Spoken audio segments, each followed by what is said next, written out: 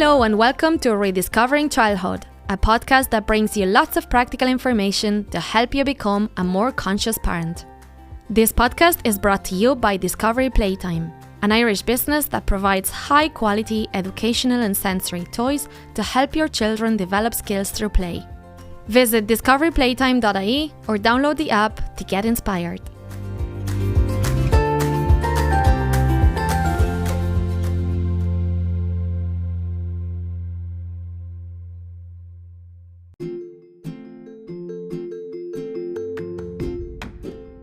In this episode, Gemma from the Family Edit will talk about the importance of outdoor play and family connection.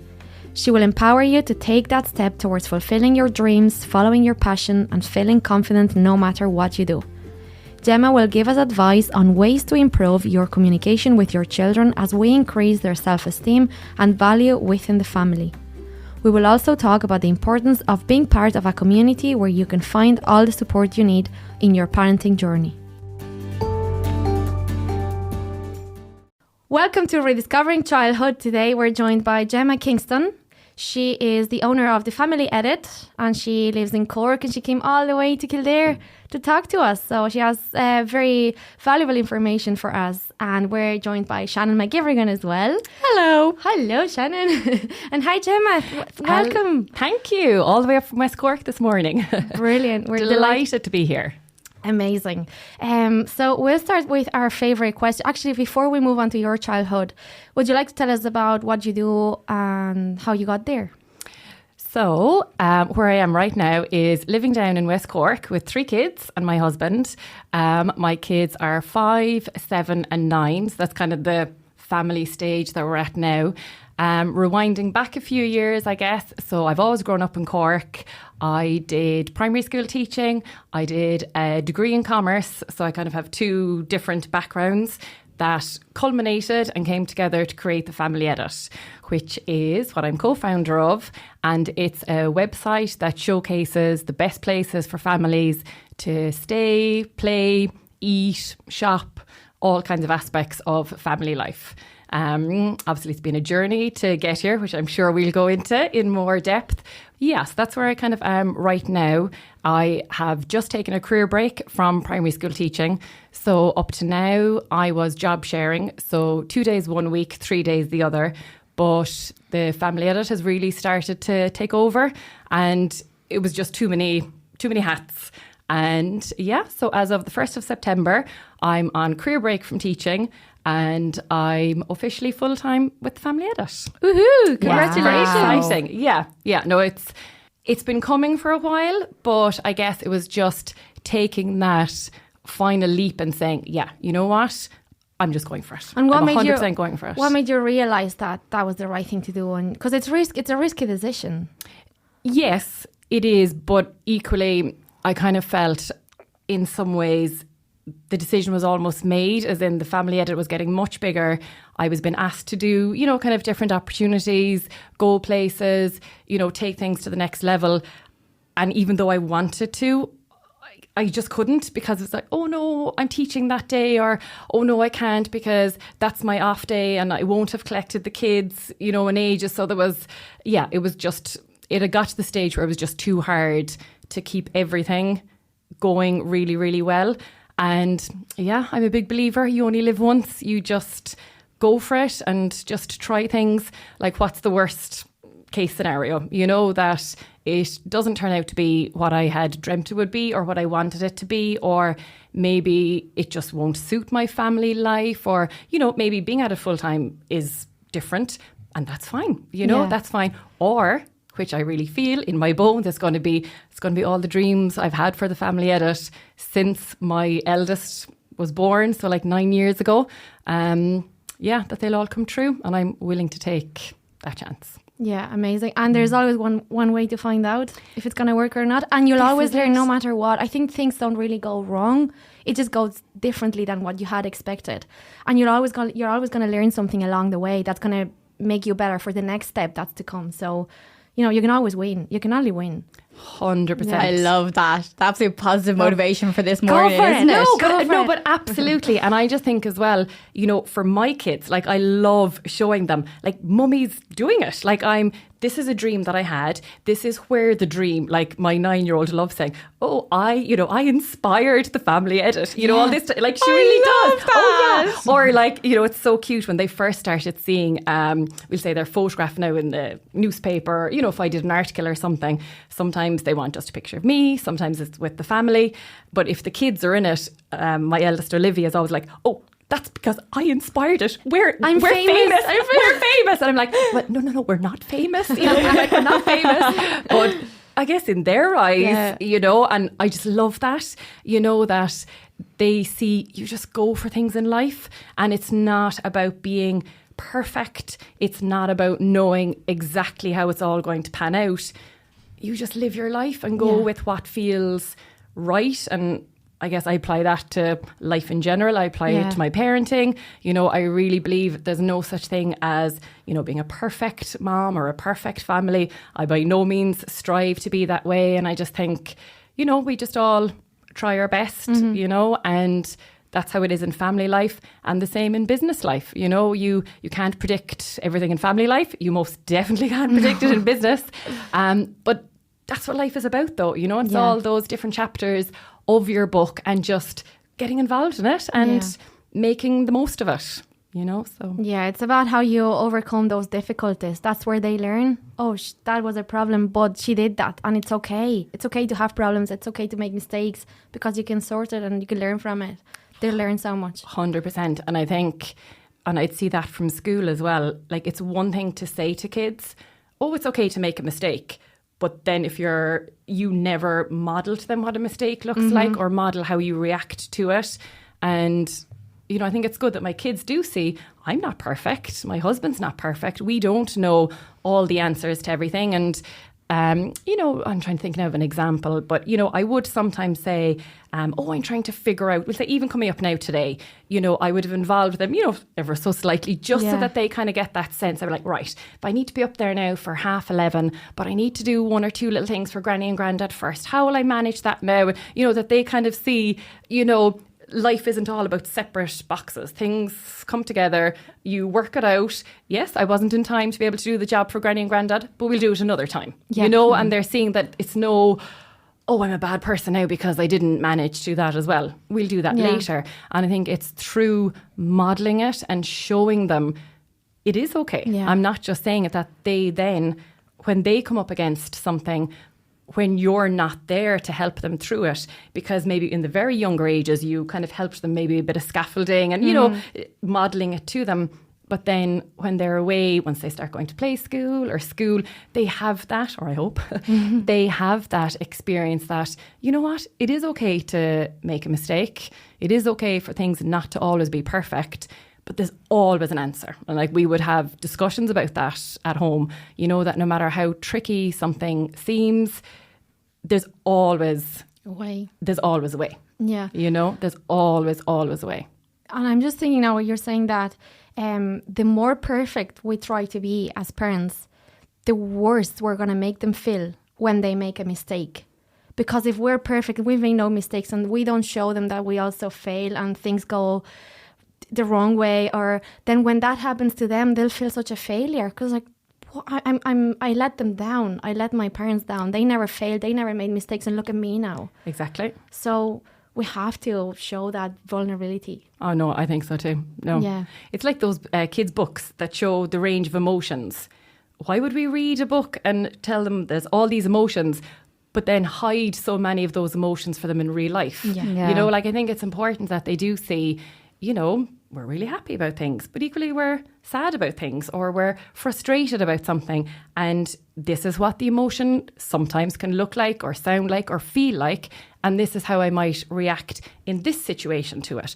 Not always, but this, and I do think that dialogue, having those conversations with them is huge. And I do it at home with my own kids. I would have done it loads in school as well. I would have taught 6th class quite a bit. So, they are going through those stages and phases of, some of the trickier emotions, and they're finding it hard to say them or even identify them. And I really, really strongly believe that the younger that you start having conversations, and obviously it's all age relevant, but it makes a difference, because they feel heard but also it kind of gives them something to, you know, if they are feeling sad, they've some kind of experience in their head, or they've something to relate back to help them. So I'm a huge advocate for books for kids, and particularly with the emotions. And then when you also see it in real life, that it kind of helps bring the full circle together, I guess. I think that's very Irish culture as well, though. Like, I was like, oh, how are you? Oh, sure, I'm grand. Yeah, I'm fine. It's fine. Like, you always should kind of put on your brave face, and you always have to be fine. Because if someone's like, oh, I'm not doing good, then you're like, oh, are you okay? And then you don't know how to react to it. Why did I ask? Yeah. Well, you were supposed to say you were fine, right? Exactly. But it's that thing of like, just because if I'm like, oh, I'm actually having not a great day today, that it's okay to be like, oh, you're not having a great day. I'm not having a great day. And then you actually could start that whole conversation about what's going on, and you share the problem. A problem shared is problem half. Those feelings. Because then it's easier for kids because it's not as big a jump for them. Like if there's no talk about emotions whatsoever, and if they're not seeing them, we'll say at home and day-to-day real life, then when they're feeling those emotions and they're still very young, that's a really big gap for them to try to fill. Okay, I'm feeling this, don't really know what it is, but where do I even go? Whereas if I feel anyway, if you've, you know, read the stories that are relevant to them, had the conversations that are relevant to them, as you kind of pass and go through all the different stages, it's that bit easier for them, I guess, to have it, rather than trying to build up A, the knowledge to know they need to talk about it, B, the confidence to bring it to you. You know, I don't know. I think it's a really, really important area for kids. And it's through books, play, and then you're modelling that as well, and communicating with your children. I find sometimes we underestimate how much they can actually understand, and we won't share those feelings and emotions and experiences of what's happening to us, and asking the right questions and making them feel part of the family. Absolutely. And even my husband's sister passed away the year before last, and we would have been incredibly, incredibly close to her, but we got, you know, counselling and therapy kind of through it, and Pieta House were incredible to us. But they really said that as adults, so often we put such weight on situations, such weight on certain emotions, and we're like, hide it. No, they're too young. Like for us, it was just after Christmas, and I was like, they're sad with the Christmas tree going down. How do I navigate this? What do I go about doing it? And, you know, their advice was like, go with what the child, if they ask you a question, answer it. You know, 9 times out of 10, it's us as the adult that's afraid to answer it, but the child isn't afraid for the answer. Like if they ask you the question, they're ready to hear the answer. I thought that's really good. It is, yeah. And I guess it just gives you that confidence, or well, it did for us anyway, as parents. Again, coming back to, there's no right or wrong way to deal with lots of situations, but you know, grief, particularly for us that was so close, there's no set right or wrong way. Like how anybody else might do it is different depending, you know, on the relationship and all that type of thing. But just knowing that innately our kids would know to a certain extent almost what they were able for and what they would need, and that we could follow our intuition as well.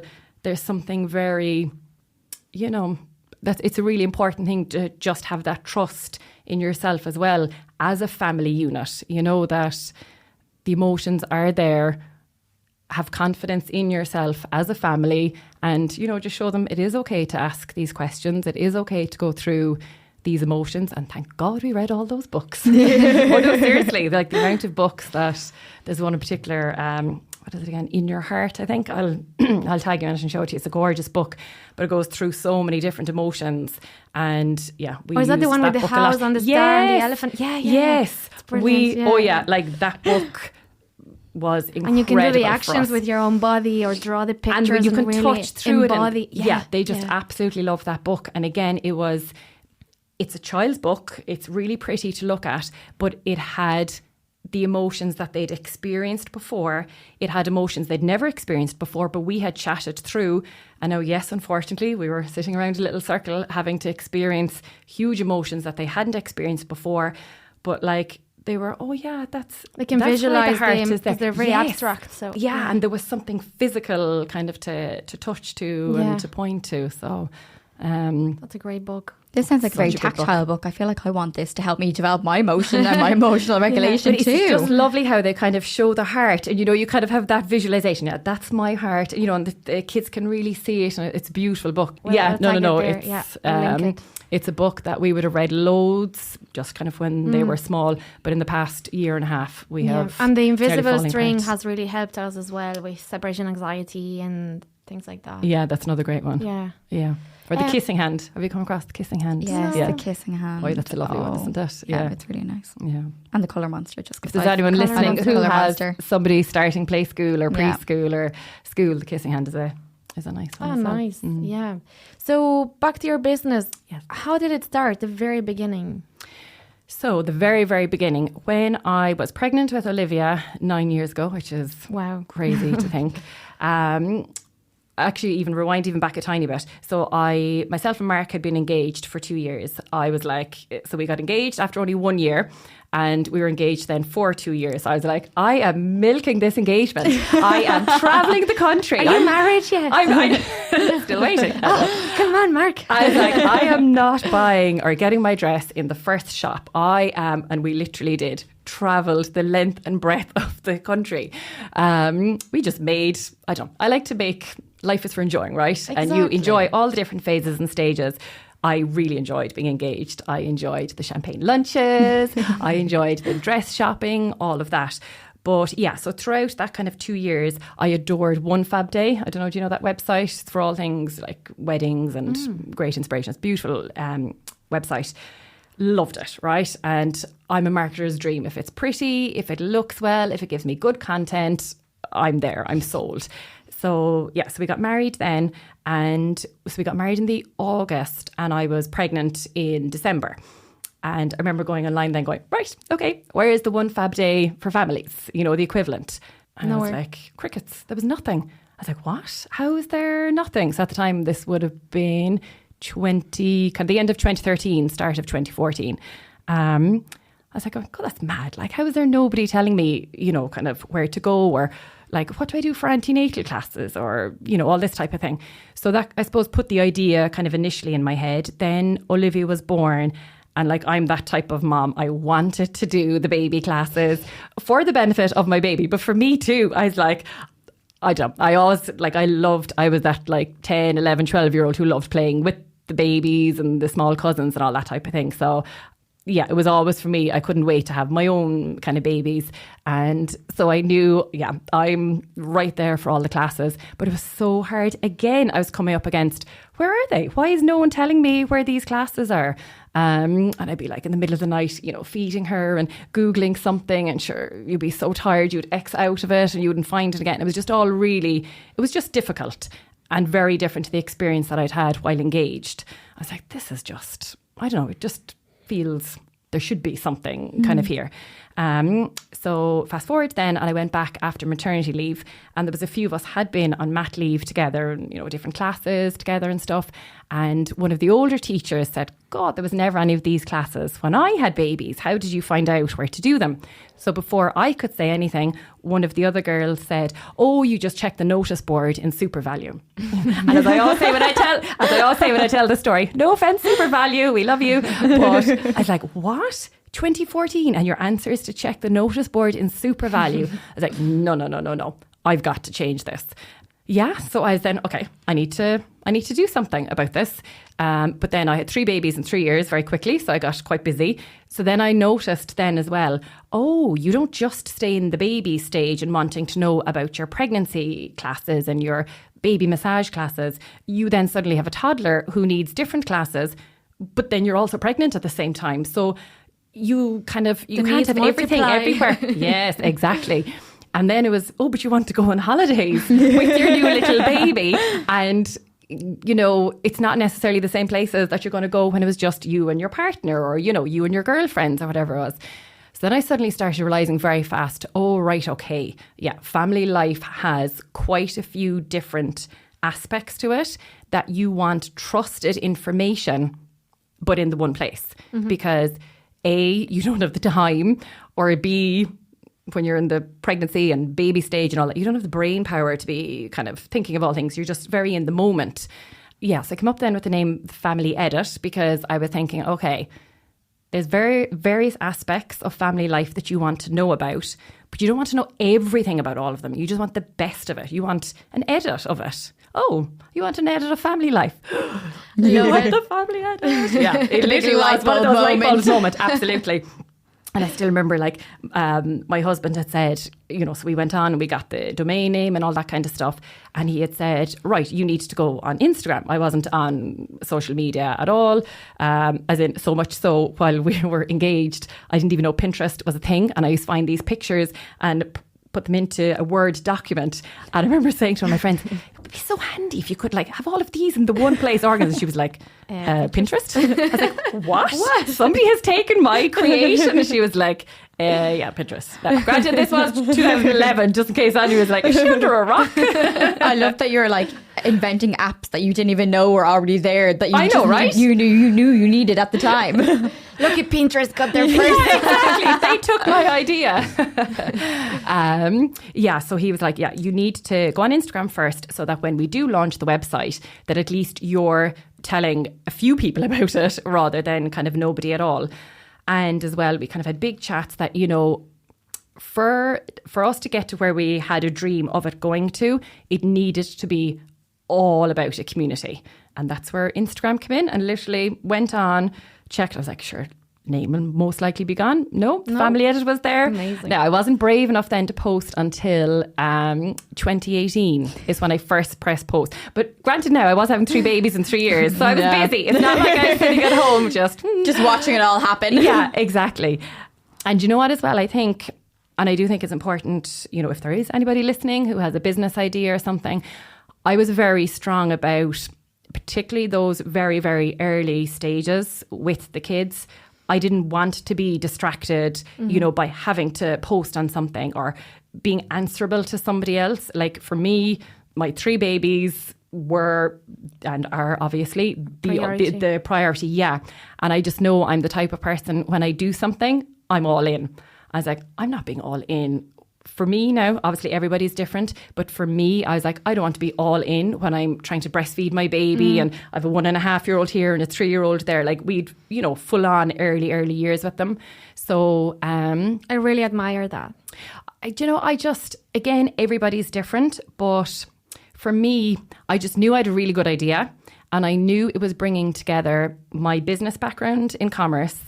It was bringing, so I've done like all the FETAC level childhood, and then I also did the postgrad in primary teaching, and like I love it. You know, I don't like books and crafts and play. It's not something that I do because you have to, or it's part of teaching. No, like I love it. I absolutely love it. So I knew that there was something very special that I was bringing together, so much of my experience and expertise, but also things that I had a passion for. I was also living every day. So I was like, I have a really good idea and I know I'm coming at it from my own individual perspective. And yeah, if somebody else, you know, shares baby classes and all the rest, absolutely, that's fantastic. That's amazing that all these small businesses get exposure. That's fantastic for them. But the way that I'm going to do it and the way I know I can build it with this community, it'll happen when the time is right, because now is my time for my babies. And I just wasn't willing to sacrifice that. Yeah, so. It takes courage as well to know what your priorities are, what your priorities are at all times, because I struggle with that personally. I will put business over children sometimes, and the guilt absolutely kills me, because when an idea gets in my head, whether it is 10 a.m., 10 p.m., 4 a.m., it has to be done right away. It can't wait. So just finding those systems that, you know, I'll write it down or I'll set an alarm for next day and say, no, this is my priority now. They are my priority now. They're going to grow and that time is not coming back. I can't live with that guilt. So when I find people, you know, that follow their passion but also know what their priorities are, I really admire that. And it can be very frustrating because you do have that power and that passion and those ideas there in your head and you're like, this could be at that level, but it's only here. But, you know, it's taking one step at a time will bring you somewhere. If you take no steps, you're not going anywhere. And if you take 2 big steps, you're going to regret it because you're missing out on something else that's really important for you at that stage as well. So small steps, look where they got you. It's amazing. And I'm a huge believer as well now in that about taking the steps. Because like even just going back to what you said there about, maybe having an idea at different times or stages, like absolutely now that I'm in it, God, I have that too. And I don't know if it's so much that I'd feel guilt, but I definitely would, because I don't. I don't feel guilty, but I definitely would kind of feel the balance is different days. Like there'll be sometimes I'm like, absolutely not. I'm off to the beach and I'll link maybe to a blog post all about beaches and that's perfect. And I'm absolutely in the zone with my kids and my friends and that's fine because I know then once they go to bed, 8 o'clock or whatever, I have however many hours I want to get stuff done. Or if they're on play dates or if they're in school, I'd have certain content and certain things backed up because, there people talk about a balance. I don't think there is a balance. Some days you're all in with the kids and then you're working till all hours at night because you've a lot going on maybe with work. But then other times, like we're just in the middle of doing our new website at the moment. Wow, yeah, there was no balance. It was all in, but yeah. it needed to be. And I didn't feel guilty because like the kids could see what I was doing, and I kind of tried to involve them to a certain extent. But then like I think it was good for them like to, off you go. Yeah. Play off you go and do your own thing. You've plenty of space outside. You're very lucky. Go off and play your games. You have a playroom, like they're at the age where I think it's really important that they don't depend on me or my husband to be their play or their kind of motivation or inspiration about how to go to do it.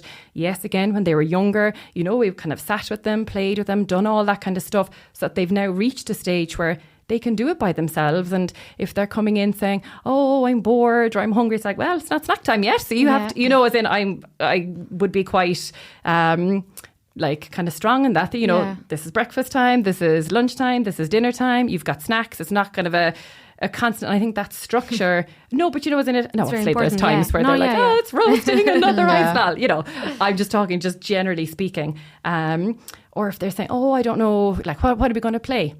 Off you go out to the little woods next to the house and come up with your own idea, or bring your stuff outside and come up with your own idea. Like, I think it's so important that kids get that freedom as well, that they're not always been occupied and entertained by other people, that they get to come up with their own ideas.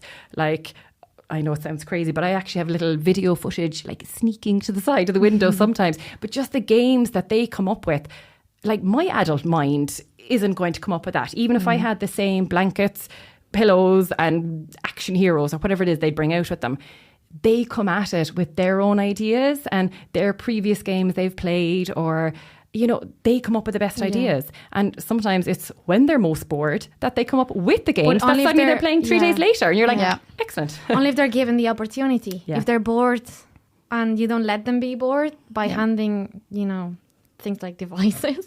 Oh no, I love how you stopped it. You're like, but no, it's good to be bored, even as an adult. Like 100%. I always find if I'm ever at a point where I'm like, I need to think of this thing really quick, like if I'm doing a blog post and I'm like, I don't have the brain power, I just have to sit there and I get rid of everything and I sit there and I stare at that wall, because your brain has to work then, and then you start thinking and your synapses start firing and it's time to go. When they're bored, I always tell them, well, that's your choice. I didn't ask you to be bored, so it's your choice. You're in it, you get out of it. but I think as well, like as you said there, even for adults, like I remember seeing, so when we were in secondary school, you'd have to wait for the bus, right? I don't know how long, maybe 20-25 minutes drive then on the bus, saying coming home, you'd have to wait for a while and come back. Obviously, loads of times you were chatting, but there was other times as well, you'd be sitting and, maybe not even consciously, I must, think about the day and get my emotions straight. It was just naturally kind of what happened.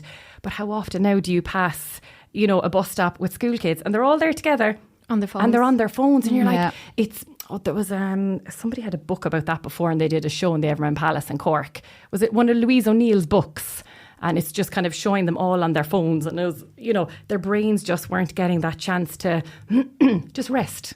But I very strongly believe in the importance of just having that time to just be still. you know, and whether it's to be still and let your whole system just recenter and just give yourself that time, because kids need to learn how to do that as well. Otherwise, they're always going to be looking for something to help calm them or regulate them or just give a sense of breathing space. So no, absolutely, my kids are given the time to be bored. 100%. A lot of parents as well think, and I include myself, that what's the point in doing this? They're not going to remember that, or they're not going to appreciate it. So why would I bother? What are your thoughts on this? Doing the baby classes, anything and things, when they're small. Why would I do painting? Why would I do make Play-Doh for them? Or, you know, it's a mess, and then they're not going to remember anything. Oh, I just think it is so important for so many reasons. It's just, I suppose, at a most basic level, the connection that you have with them from such a young age. Yes, they mightn't remember the exact activity. I don't remember anything barely up to third class. You know, yes, they mightn't remember those, but they'll remember that sense of security, that sense of just that connection, because like we were saying with the emotions earlier on and how that kind of builds, so does connection, you know. And like when it starts and they're very small, if it's sitting in your lap reading a story, if it's making something random or just rolling with the Play-Doh or painting or whatever it might be, it's just building all those little bits, and that all just keeps building. And that's where your connections, I think, as a family start coming from. It's all those small moments brought together. But equally then, just like we were talking about with the boredom, when my gang were very small, you know, I did all the painting with them and the Play-Doh and the making stuff out of cardboard boxes and, oh, maybe we'll try this, and they do a bit of their idea. Or at the very, very young ages, obviously, you're, you know, kind of showing that little bit more. But they've had that guidance kind of from a small age. So now they go off and just naturally do it themselves. They don't need me to do that anymore, you know. So, but again, it wasn't... For us anyway, it's not like you're one day, okay, right, they're getting ready now for junior infants, let's start doing painting, you know. It's a time investment, isn't it? Yeah, you know, and it was just like that, building it up over time. Is it messy? Yeah, but is it worth it? You just clean the table. I don't know. But equally, I suppose you kind of get little tips and tricks too. So we'll say for the painting, we like have those, you know, the big, huge old tablecloths. I just got a big roll of it in Meadows and Burns in the sale or something, and would kind of just fly it up onto the table, put out all their messy bits and pieces, and that was fine. Rolled it back up and back into the press. Now they just do that themselves. Or like if it's a sunny day, they'll just grab the tablecloth, bring it out onto the grass, maybe we'll say, and they set up a little picnic for themselves as they're painting away. But that just happened because you would do all those kind of small moments, maybe when they need you to take it out or they need you, you know, kind of to, you know, sort the paint. But whereas now they can do it for themselves, and you'd see them at times where, you know, if they are maybe a bit bored, okay, what'll I do? And you see they're gone into the art press and, you know, so I think it helps in lots of ways. So while they mightn't remember those exact moments, I think they're hugely important. But bearing in mind, I know there's, you know, obviously there's going to be people listening who, you know, are maybe working full time, and it's really, really hard, you know, both their, maybe if it's a 2-parent family or 1-parent family, and, you know, you're out at work and it's hard, you know, kind of they're at the creche and all the rest. These things don't need to be long, even if it's, you know, 3 minutes of a story with them sitting on your lap and, you know, reading that book before they go to bed. Just even something like that. No, they won't remember the story, but those connections build up over time, and I just think they're... Yeah, it's about including them in your life, isn't it? Rather than you making time for them if you don't have that time. Including them, helping you make dinner, or just whatever you're doing, include them. And those 3 minutes of quality time, they're so important. When my little one turned 1, I separated. So I've been a single mom, we're co-parenting. And that's when I started my business. So that's why I had to make those choices, and I have to prioritize the business sometimes, because I don't get at that time where I can just send them away, or, you know, some days it's just like, you got to make your choices, and, you know, it is what it is. And then, yeah, well, like they would help me set up the tough trays, and they will help.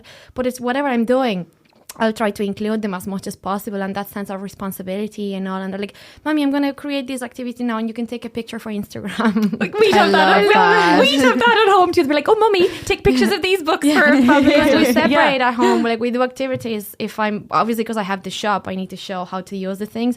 But usually when they're playing naturally on their own, that's not the content that I use for Instagram, because then I'm there with them, or they're just doing their own thing, and then I use that time to work. Yeah.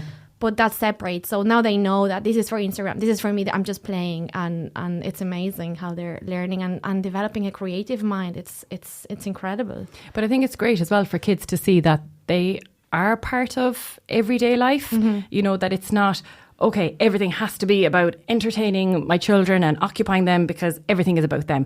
Of course, they're the centre of your universe, but like, daily life is daily life, and that's not bad. Like, as you said there, we'll say particularly the two girls now, like, I love laying a table, you know, for when we have people over and stuff. I don't do that anymore because they were involved in it so often and saw us do it so often. They now do it. But it wasn't, okay, how will I occupy them now while I do this job? Yeah. You know, and it was do just it together. Absolutely. And it was involving them from the start, you know, maybe when they were very small, it was put up the napkins, because even if they fall all over the place, they're not going to break, or it doesn't matter where they go anyway, or, you know, it's only friends and family. So it's not, again, coming back to, it's not about being perfect, you know. And I think particularly for parents, you know, in the last however many years with Instagram and things, you know, obviously we all know you see a snapshot, but I think for some people, because you see a snapshot, we'll say, of a home interiors page, right? So, oh, my house must look like that, and my playroom must look like that, and my child's bedroom must look like that. Then you see somebody who has, we'll say, you know, like, you know, beautiful toys, you know, and equipment, and like, oh, my child, you know, needs to have all of those, and this is how I need to play with them all the time. And then you see somebody who's just showing all business. Oh, but I must be like that in my, you know, they see the real passion and interest of so many different people, and almost kind of feel that they need to be a bit of all of those. But sure, you can't. Nobody can be all of those things. And I just think that kind of draws you away from your own intuition. Like, you're always going to parent your own kids best, because you know your family and you know your kind of daily flow and things. But it adds a lot of guilt on the plate. I think so. Seeing that, and I was like, why is my house not like that? And we need to stop excusing ourselves for, sorry, the house is so messy. Yes. Yeah. It's always like that. It's lived. Because people live there. So yeah, our family are here. It's messy. Good for you. A playroom has toys in the ground. Wow. Of course it's going to have toys on the ground. Yeah, exactly. Yeah, absolutely. And why did you, why was it important for you to go to classes with your child? And for you, for yourself, not for the kids, we know that, but for yourself as a mom? I guess particularly when I first had Olivia, so my first baby, I just really wanted to get out and meet other moms who were going through a similar stage of life that I was. Like I said earlier on, I always knew I wanted to have babies. I was that cousin who was always minding the smaller babies. I loved babysitting, had the babysitters club, books, all of that kind of stuff growing up. So loved them, trained in it, everything. But when you then have your own baby, it's way better than you ever thought it was going to be, but there's way more work than you ever realised it was going to be. So I loved that sense of connection. We'll say, like, I did baby swim classes, and it was one of the first ones I started, and I just loved it. Now, yes, you might have been up feeding all night the previous night. You're absolutely wrecked.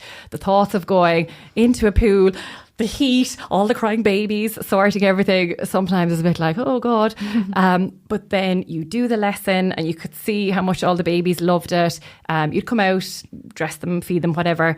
And it was down in Kinsale, down in West Cork, we used to do it. And we used to go up to the kind of bar restaurant afterwards, about maybe 10:30. All the babies would be in the buggies, asleep after their swimming lessons, and we could be there till lunchtime just chatting, you know. And sometimes it was real deep and meaningful. Other times it was, you know, how many times did your baby poop last night? Or, you know, kind of something. But it was just that connection. And like, I'm a type of person anyway. I'm a real people's person. I love meeting people. I love chatting with people.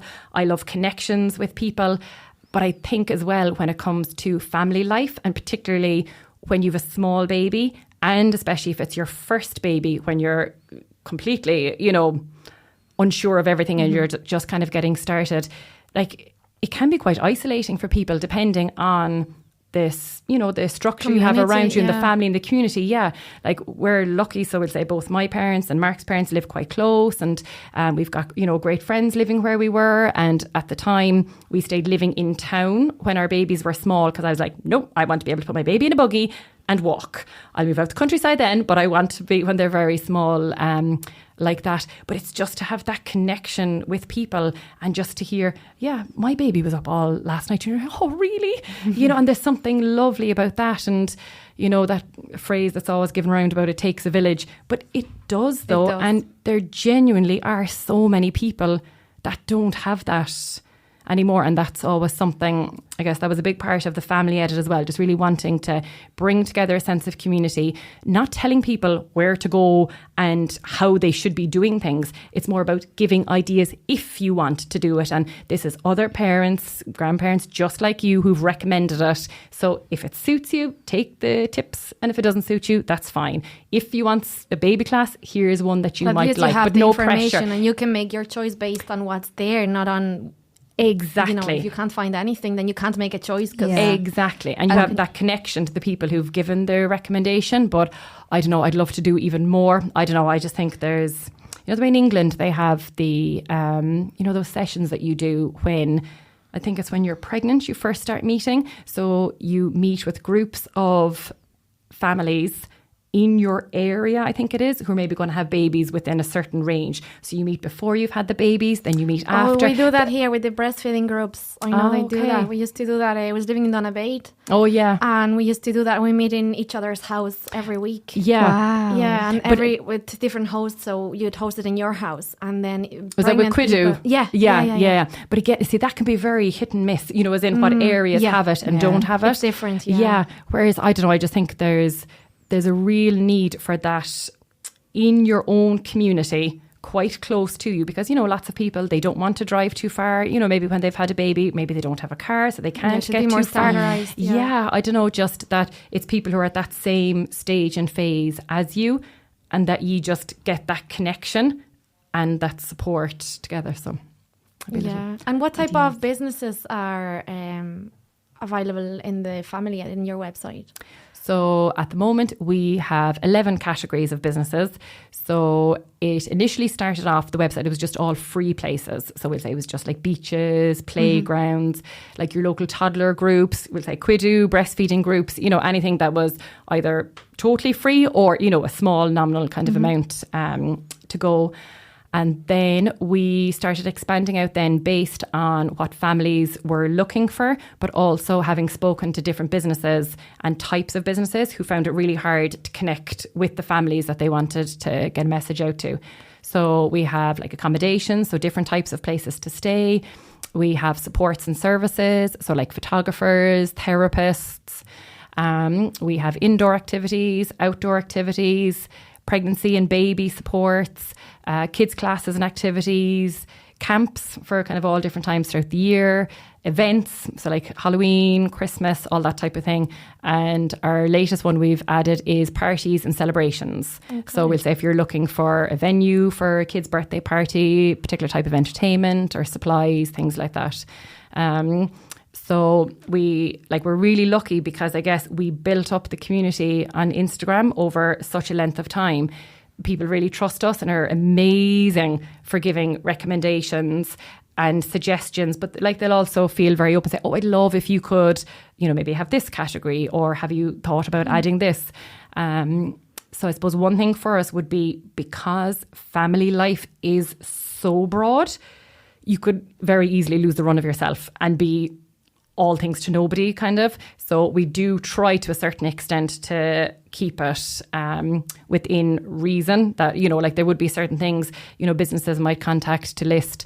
I would say, look, we're not offering that category, or that's not something that we're doing at the moment, because I think you have to be careful as well that you're not trying to cover absolutely everything. But no, the recommendations is the key part for us, because we really wanted to take that sense of word of mouth, and again that connection that you might have with somebody in real life, and put that online.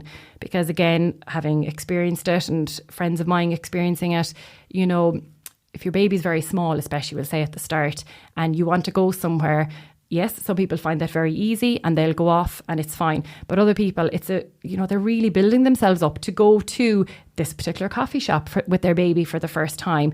And then if you get there and it's really not family friendly and you don't have a nice experience and, you know, you really need to change your baby, they're absolutely destroyed, but you've nowhere to go, you mightn't want to go out again for another few weeks, you know. And so, yeah, all of that was always in my mind going, no, it needs to be like a friend giving you a recommendation, but online. And you mightn't necessarily know the exact friend, but that you know that it's trusted. And it's not just because businesses know the family market is a lucrative market. No, it has to come from families first. Have experienced that. Yeah. Absolutely, yeah. And again, also we were very, you know, we didn't want it to be just our family and our experience, because like the three of us could all go to, you know, the same place and maybe have a different experience, and we didn't want it to be just our family and what we thought. We wanted it to be a mix of families. And then I guess with that, then you get opinions and different ideas about different categories. So that kind of then would have helped the website grow then as well. So Gemma, we know a lot about you and what you do and your passion now, which is absolutely incredible. But what do you think comes from your own childhood? To the family edit or family life in anything general. that you do now, your parenting, your priorities in life, the way you do things, having this business and really trying to help other people to make life easier. What do you think comes from your own childhood? What can you see that's reflecting on what you do now? In a way, you kind of nearly hit it on the nail on the head there when you said about helping. So when I was growing up in my family, help was a huge kind of part of it, whether it was, so I grew up in an estate, so, you know, you'd have neighbours kind of around you. My dad was always the person, if somebody's, I don't know, TV was broken or they couldn't work their lawnmower or if they didn't have a ladder, ours was the house, you'd go over, oh, Jim will help you, you know. And so there was always that kind of element of help. And then on my mum's side, she was very good for like helping, you know, kind of elderly relatives and stuff, you know. So there would have been times on Christmas Day, my dad might be driving to collect my mum's uncle so that he wouldn't be on his own for Christmas Day and bring him back, or we might all go for the spin once, you know, we got our presents or whatever. That sense of community as well. Real sense of community, real sense of community. And just, yeah, that sense of being kind and helping, that was really, really prevalent in our house.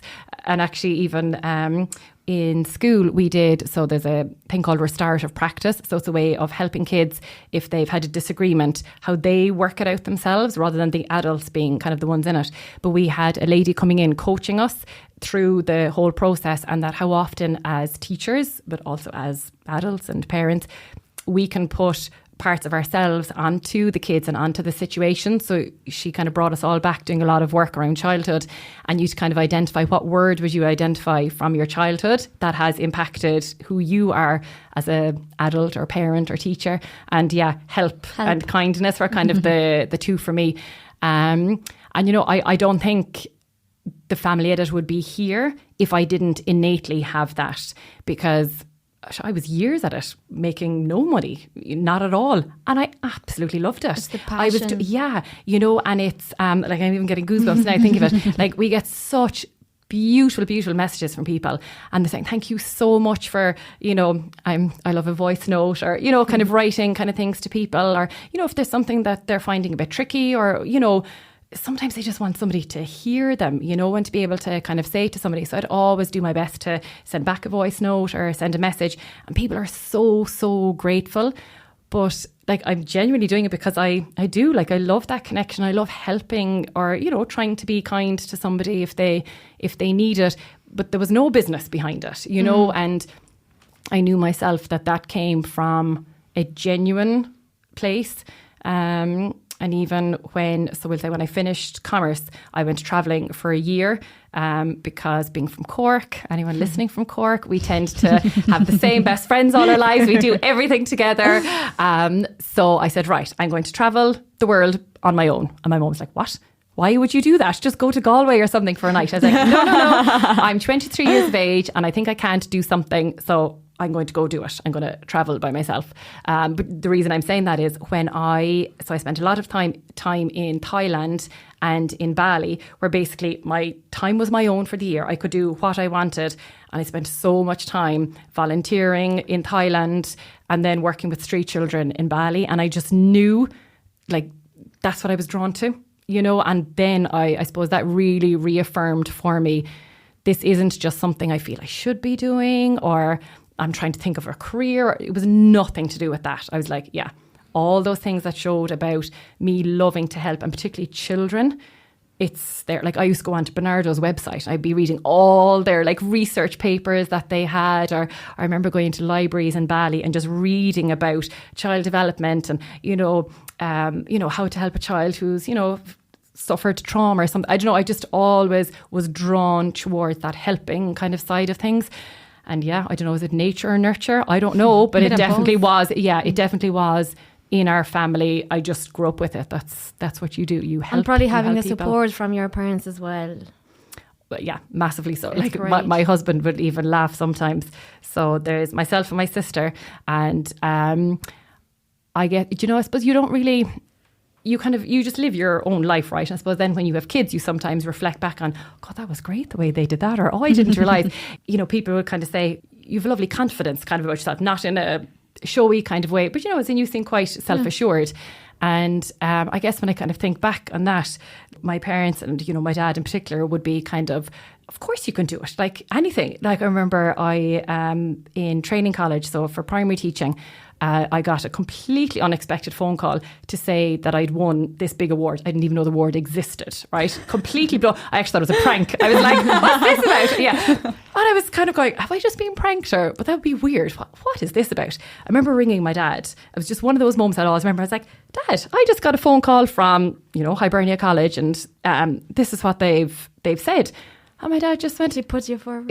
No. But he literally was like, but you're G. Of course you would. Who else would get it? But he just, he always, I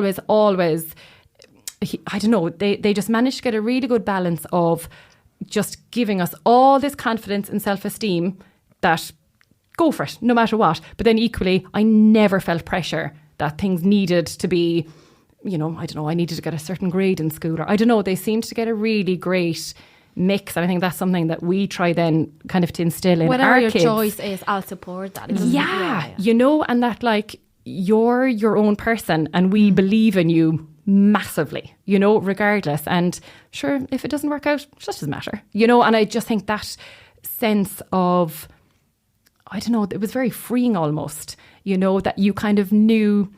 It's kind of like that home, literally, in a physical, but also in an emotional kind of way, isn't it? That no matter what happens, there's people who just think, you're the bee's knees. And who else would it be but you, G? That kind of aspect, and I think and that's not that always lovely. At home. So no, it's important to have that community, and that's what you do as yes, well. There it's you go, that absolutely. community that it doesn't have to be at home. It doesn't have to be your forever friends.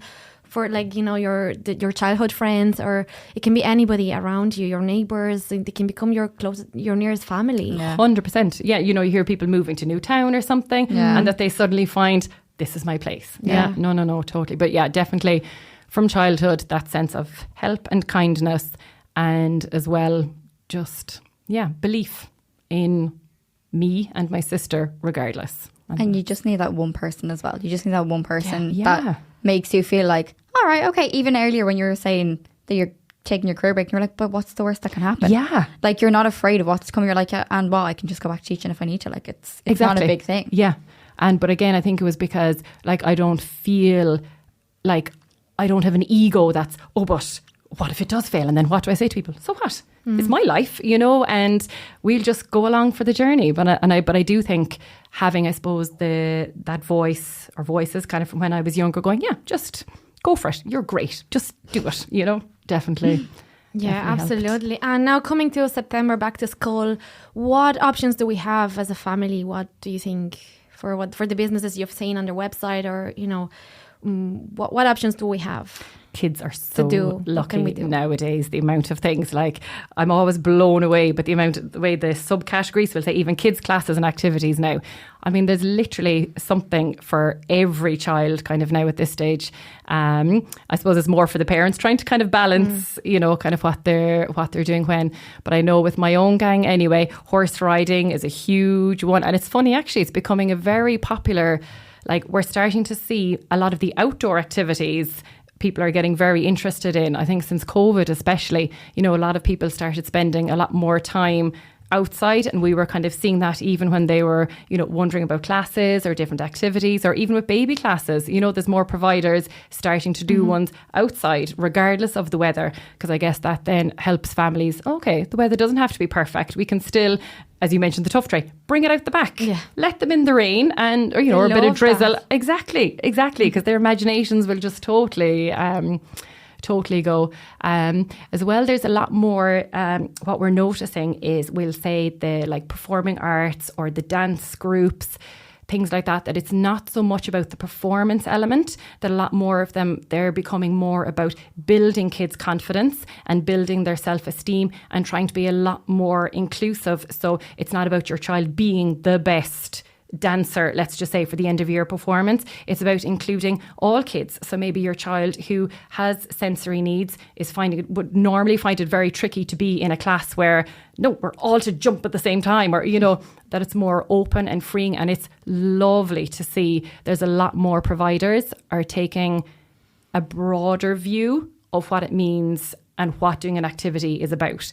Like even for our own kids, I mean, they do endless amounts of activities, but it's not about, we'll say for swimming now, that's so they're, obviously safe in water. If they decide to stick with it and go to galas, that's fine, but they're not doing it to be amazing, best swimmers. Or like the horse riding, it's not that, they want to be going to gymkhanas every weekend or anything like that. It's just getting that experience, getting that exposure, just trying different things rather than just being at home doing nothing all the time. That it's nice to try out different activities, see what they have an interest in, but without the pressure of it needing to be, okay, well, you're going to be the best horse rider, or you're going to go to the competition. To really enjoy the process, absolutely, isn't it? absolutely. And you probably see that in the classes as well, that, it's a lot more for enjoyment, which is important, I think. The process, yeah.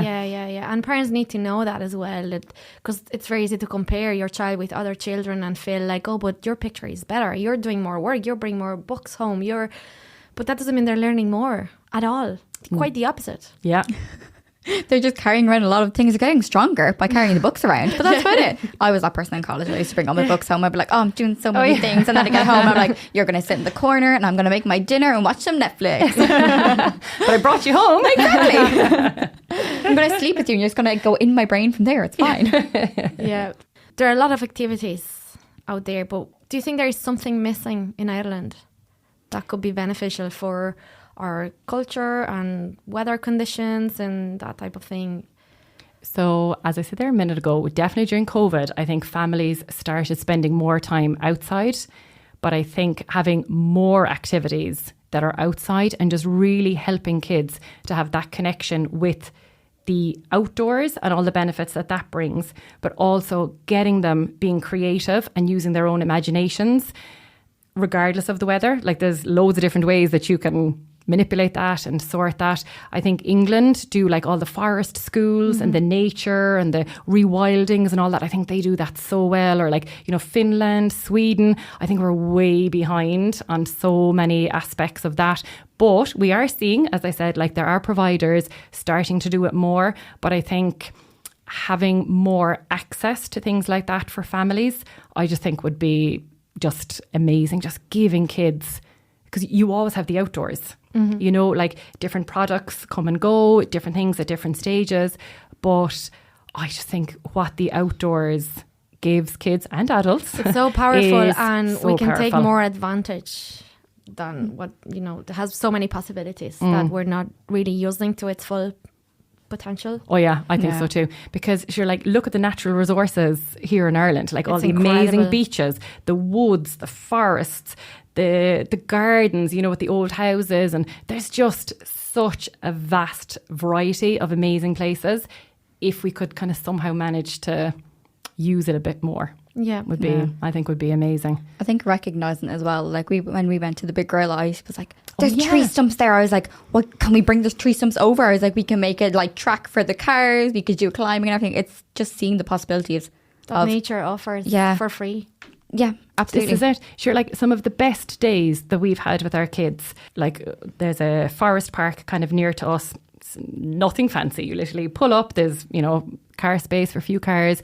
You walk over a little bridge. There's a grass area. You can kind of do walk up around the woods, and there's like a little stream with the waterfall, like tiny, about 2 feet. But the fun they have had there with friends of theirs, I swear to God, okay, obviously not Disneyland, but you know what I mean? They, honest to God, have the best time. They're in and out, like they're falling over in the water and they're all drenched, and then they're like, you know, rubbing mud on themselves, and they're making random stuff out of leaves and all the rest. And like, it's just, they just have such an amazing time, but it doesn't cost anything. It's freely available, which is amazing. But equally, you know, if you like even extended that out, you know, a little bit more, and you could kind of do activities around it, or, you know, little workshops or something with it to give them more if needs be. But like, you don't need a huge amount for kids to have great fun. Yeah, and because you don't need a huge amount, you can relax, and they feel that. That's contagious. 100%. And because you're more relaxed, they'll enjoy it more if you're enjoying it as well with them. Exactly, because you get to sit on the picnic bench and chat and drink the coffee, and back to your connection. Yeah. So the kids are happy, and then you're happy then as well. So yeah, definitely I think more outdoor activities would be amazing. Yeah, and just one more thing, as a parent now, what's the most important thing you want your children to learn, and how do you provide that? The most important thing I want my kids to know is that they're loved no matter what. And we literally do tell them that every day. And it's amazing. Even our 9-year-old, she just turned 9 recently.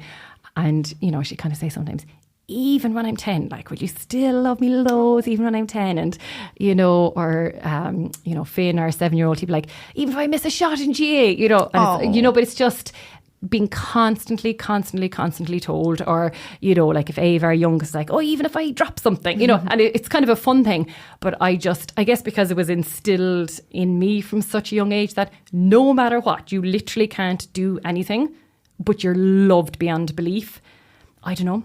I just feel if you have that, you can manage situations knowing that that's kind of in your backbone almost. Boost like, of confidence. I think so, because there's a quote I love: you're built to handle the pressure that comes your way. That's kind of one that would come into my mind every so often.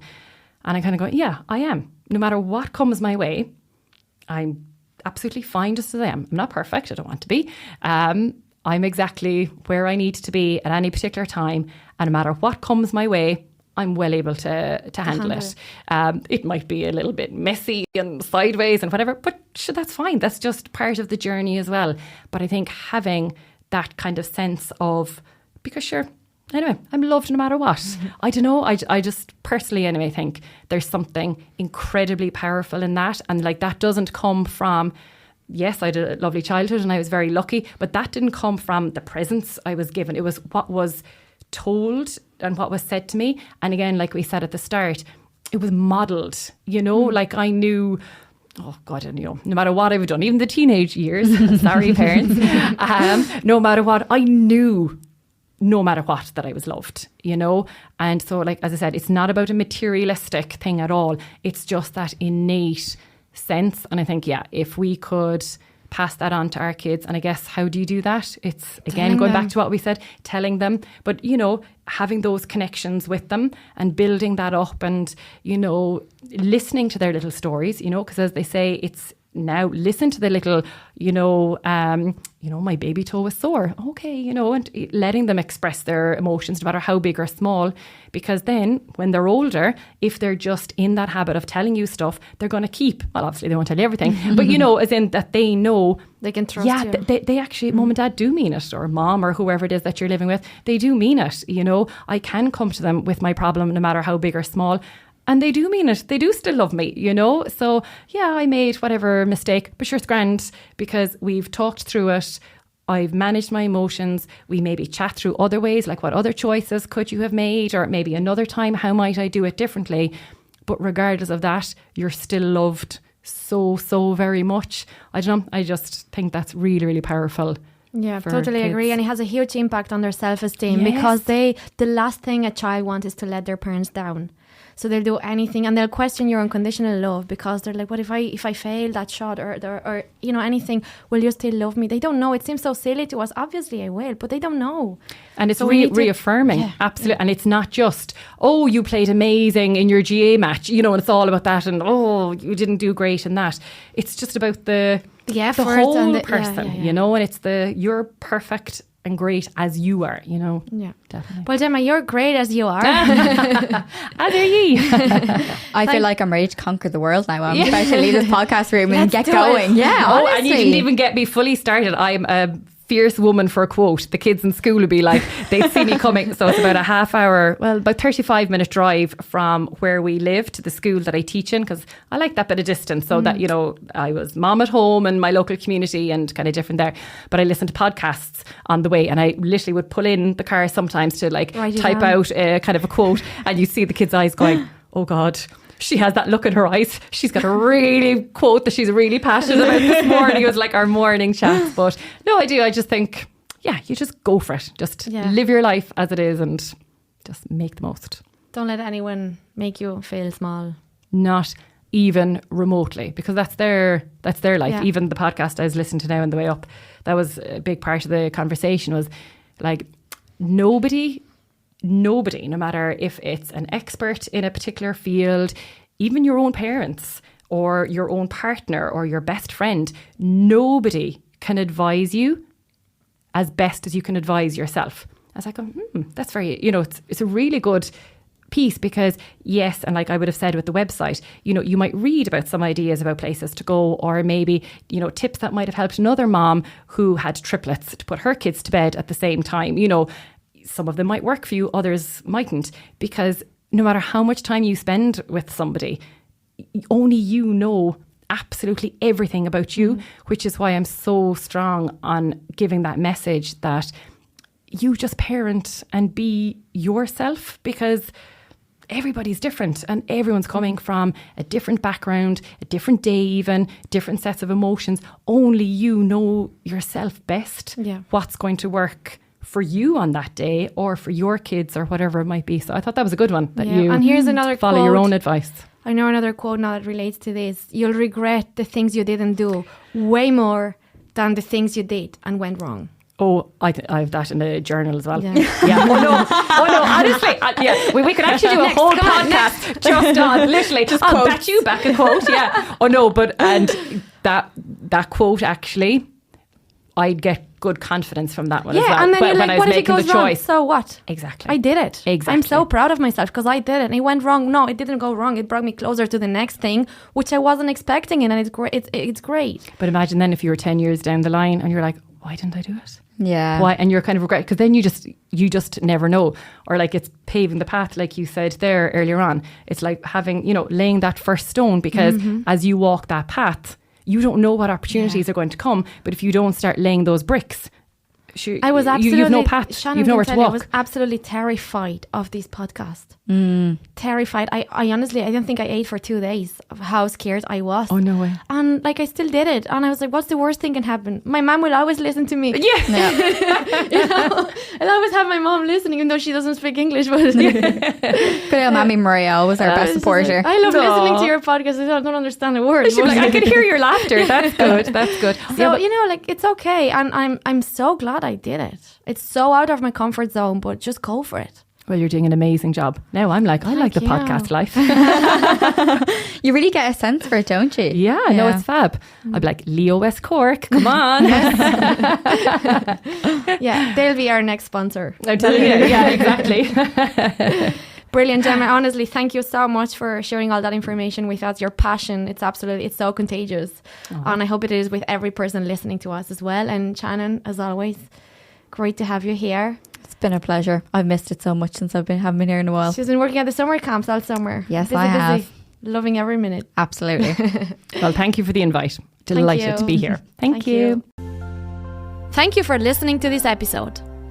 If you'd like to share your own story on our podcast, please get in touch through our social media. Don't forget to like, share and follow so you'll never miss out on upcoming episodes. See you next time!